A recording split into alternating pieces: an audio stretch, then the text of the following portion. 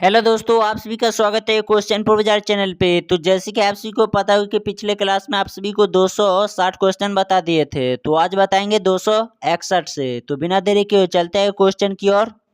Number 261, संविधान के किस अनुच्छेद के तहत उच्च न्यायालय की स्थापना की जाती है? अनुच्छेद 214 के तहत स्थापना की जाती है।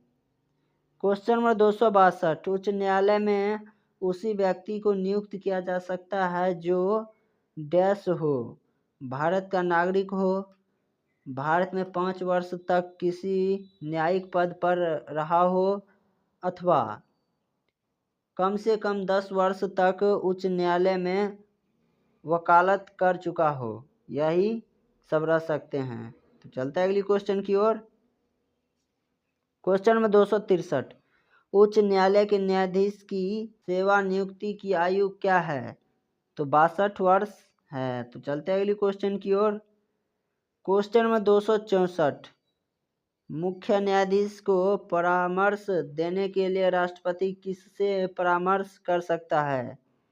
तो उच्चतम न्यायालय के मुख्य न्यायाधीश द्वारा नियुक्ति अन्य न्यायाधीश कर सकता है। तो चलते हैं अगली क्वेश्चन की ओर। क्वेश्चन नंबर 265, प्रारंभिक क्षेत्राधिकार से क्या तात्पर्य है? न्यायालय का किसी विवाद को पहली बार सुनने का अधिकार है। तो चलते हैं अगली क्वेश्चन की ओर। क्वेश्चन नंबर 266, सर्वोच्च न्यायालय के तहत ही उच्च न्यायालय भी किसी कार्य को कर सकता है? प्रार्थना, प्रतिवर्षन, प्रतिवेद पत्र। तो चलते हैं अगली क्वेश्चन की ओर। क्वेश्चन नंबर 267, मौलिक अधिकार से संबंधित मामले उच्च न्यायालय के किस अधिकार क्षेत्र में आते हैं? तो प्रारंभिक क्षेत्राधिकार में आते हैं। तो चलते हैं अगली क्वेश्चन की ओर। क्वेश्चन नंबर 268, अपील के किस अधिकार क्षेत्र के अंतर्गत उच्च न्यायालय निर्णय दे सकता है? तो अपीलीय क्षेत्र दे सकते हैं। तो चलते हैं अगली क्वेश्चन की ओर।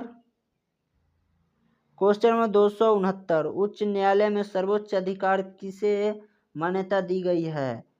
तो मुख्य न्यायाधीश को दिया गया है। तो चलते हैं अगली क्वेश्चन की ओर। क्वेश्चन नंबर 270, दीवानी मुकदमा किसमें 5,000 रुपये से अधिक की राशि के विवाद हो, किस न्यायालय में लिया जा सकता है? तो उच्च न्यायालय में लिया जा सकता है। तो चलते हैं अगली क्वेश्चन की ओर। क्वेश्चन नंबर 271, फौजदारी के मुकदमे में जिसमें दोषी को 4 वर्ष से अधिक की सजा हो, उसकी अपील कहाँ की जा सकती है? तो उच्च अदालत में की जाती है। तो चलते हैं अगली क्वेश्चन की ओर। क्वेश्चन नंबर 272, फांसी की सजा की पुष्टि किस न्यायालय से लेनी आवश्यक है? तो उच्च न्यायालय से लेनी आवश्यक है। तो चलते हैं अगली क्वेश्चन की ओर। क्वेश्चन नंबर 273, किस प्रकार के मुकदमे में संविधान की व्यवस्था का प्रश्न निहित होता है? तो दीवानी मुकदमा होती है। तो चलते हैं अगली क्वेश्चन की ओर। क्वेश्चन नंबर 274, न्यायिक पुनर्वलोकन का अधिकार किस न्यायालय के पास है? तो उच्चतम न्यायालय के पास है। तो चलते हैं अगली क्वेश्चन की ओर। क्वेश्चन नंबर 275, जिला स्तरीय फौजदारी, दीवानी एवं राज्य के संबंध मामलों के निपटाने के लिए सबसे नीचा स्तर कौन सा है? तो ग्राम कचहरी है। तो चलते हैं अगली क्वेश्चन की ओर। क्वेश्चन में 276, फौजदारी में ग्राम कचहरी सबसे उच्चतम कितनी जुर्माना देने का अधिकार है? तो 100 रुपया का जुर्माना देने का अधिकार है। तो चलते हैं अगली क्वेश्चन की ओर। क्वेश्चन में 277, 1976 में संविधान में हुए 42वें संशोधन के अनुसार राष्ट्रपति क्या परामर्श पर कार्य करेगा? मंत्रिपरिषद पर कार्य करेगा। तो चलते हैं अगली क्वेश्चन की ओर। क्वेश्चन नंबर 278, भारतीय संविधान में कैबिनेट शब्द का प्रयोग पहली बार कब हुआ? तो 1976 में हुआ। तो चलते हैं अगली क्वेश्चन की ओर।